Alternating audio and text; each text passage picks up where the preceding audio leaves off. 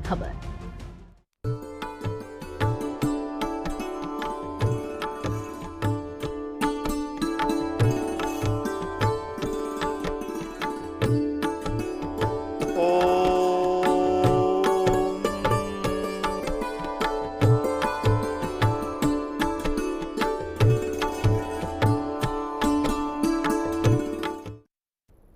अब हम आपको मिलवाते हैं आयुर्वेदाचार्य आचार्य मनीष से। मनीष खुद एक वक्त काफी बीमार थे। जब आयुर्वेदिक पद्धति से उनकी बीमारी जड़ से ठीक हो गई, तब उनका ध्यान इस ओर गया। उन्होंने आयुर्वेद को घर घर पहुंचाने की ठान ली है। अब वे शुद्ध आयुर्वेद के नाम से इस विधा को आगे बढ़ाने का काम कर रहे हैं। मेरठ में उन्होंने हिम्स यानी hospital and institute of integrated medical sciences शुरू की, जिसमें नेचुरोपैथी, आयुर्वेद और होम्योपैथी के माध्यम से गंभीर रोगों का उपचार होता है।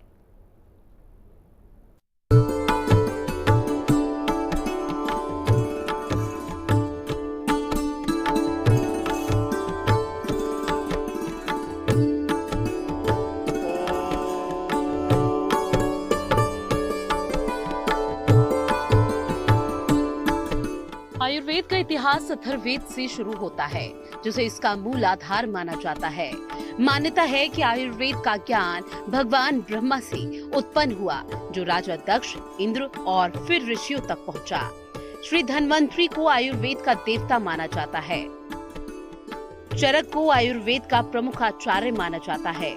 आयुर्वेद और प्राकृतिक चिकित्सा के क्षेत्र में आचार्य मनीष जी का अहम योगदान है। आचार्य मनीष 1997 से आयुर्वेद का प्रचार प्रसार कर रहे हैं और आयुर्वेदिक कल्याण के लिए काम करने वाले शुद्धि आयुर्वेद के संस्थापक भी हैं। मनीष जी के अभियान की टैगलाइन है, आयुर्वेद को है अब घर घर पहुंचाना। आयुर्वेद आचार्य मनीष जी बताते हैं कि 21 साल की उम्र में वो कई बीमारियों से पीड़ित थे। इसके बाद उन्होंने आयुर्वेद के क्षेत्र में कदम रखा।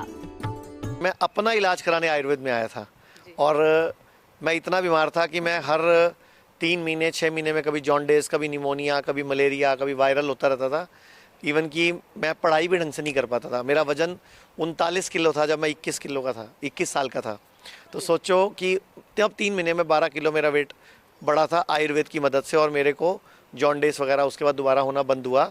तो मुझे पहली बार आयुर्वेद पे विश्वास आया और मैंने आयुर्वेद को फिर धीरे धीरे चुनता गया, पढ़ता गया। आयुर्वेद की किताबें पढ़ी, डाइट को पढ़ा, लाइफस्टाइल को पढ़ा, इतिहास पढ़ा। आचार्य मनीष जी का मूल मंत्र है कि लोगों की कोई भी तकलीफ हो, पहले खाना पीना ठीक करना चाहिए और जीवन भर बीमारी दूर रहेगी। कोई भी तकलीफ हो, कोई भी तकलीफ हो, अपना खाना पीना ठीक करो, अपना लाइफस्टाइल ठीक करो, बॉडी को डिटॉक्स करो, आपकी बीमारी जड़ से ठीक हो जाएगी। अगर आप बीमारी के ऊपर काम करोगे तो कभी इलाज नहीं मिलेगा। जैसे आपको बोला था बीपी हो गया तो जिंदगी भर गोली खाओ, शुगर हो गया जिंदगी भर गोली खाओ। भारत में ऐसा बोला जाता है, यूके में बोला जाता है, यूएस में बोला जाता है।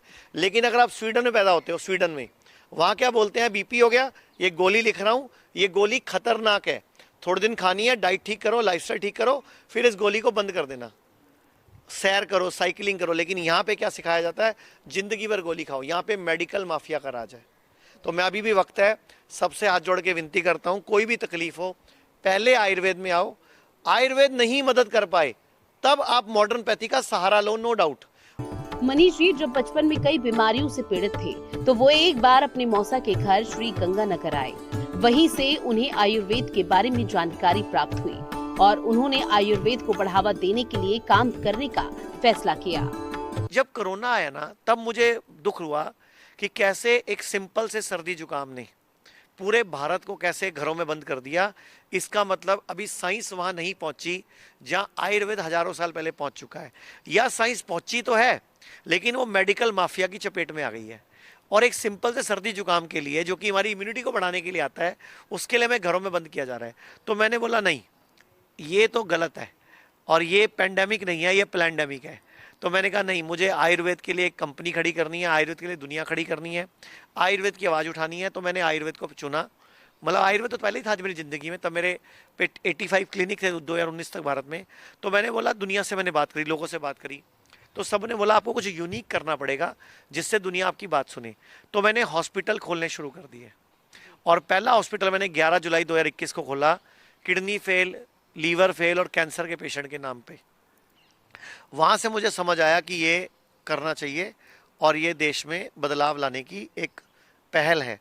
तो पहला हॉस्पिटल खुला, बहुत अच्छा रिस्पांस मिला। भारत सरकार ने भी बड़ा अच्छा रिस्पांस दिया कि भारत सरकार ने सेंट्रल गवर्नमेंट CGHS में आयुर्वेद शामिल कर दिया, CAPF में कर दिया, राजस्थान गवर्नमेंट ने लागू कर दिया नियम, हेल्थ इंश्योरेंस में आयुर्वेद आ गया और ऐसे आयुर्वेद को बढ़ना शुरू हो गया।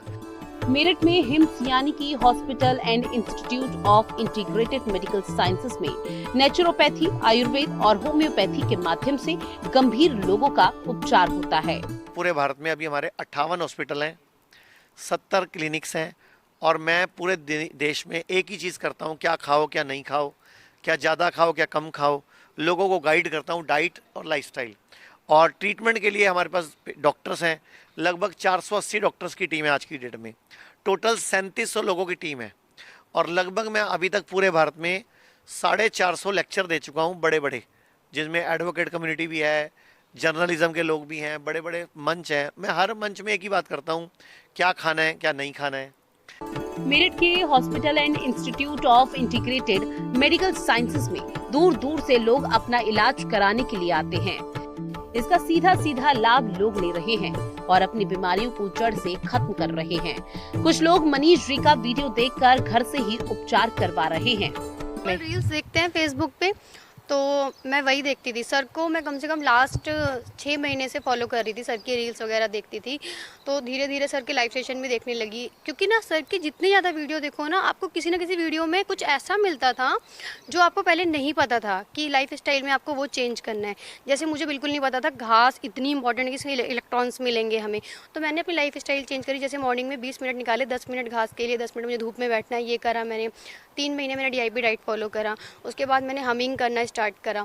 हमिंग से मुझे ये हुआ, स्टार्टिंग में हमें कुछ नहीं लगता है फ़र्क, तो हम थोड़ा सोचते हैं आयुर्वेद है, छोड़ो, ऐसा कुछ नहीं हो सकता कि अस्थमा का पफ तक छूट सकता है। ये तो मुझे बिल्कुल भरोसा नहीं था।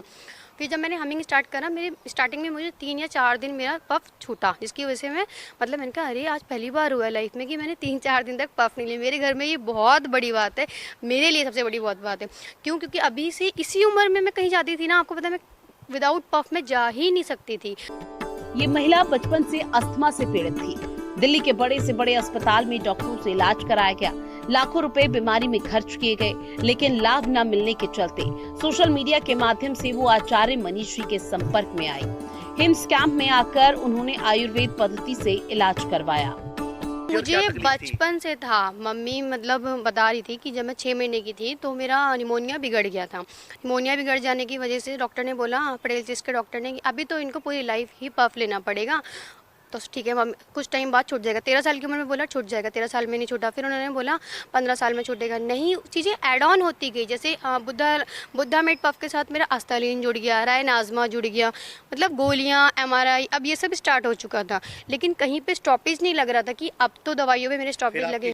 आयुर्वेद न केवल शारीरिक स्वास्थ्य पर ध्यान केंद्रित करता है, बल्कि मानसिक और आध्यात्मिक स्वास्थ्य पर भी आयुर्वेद का लाभ लेने के लिए आज हिम्स कैंप में दूर दूर से लोग आते हैं और अपना इलाज करवाते हैं।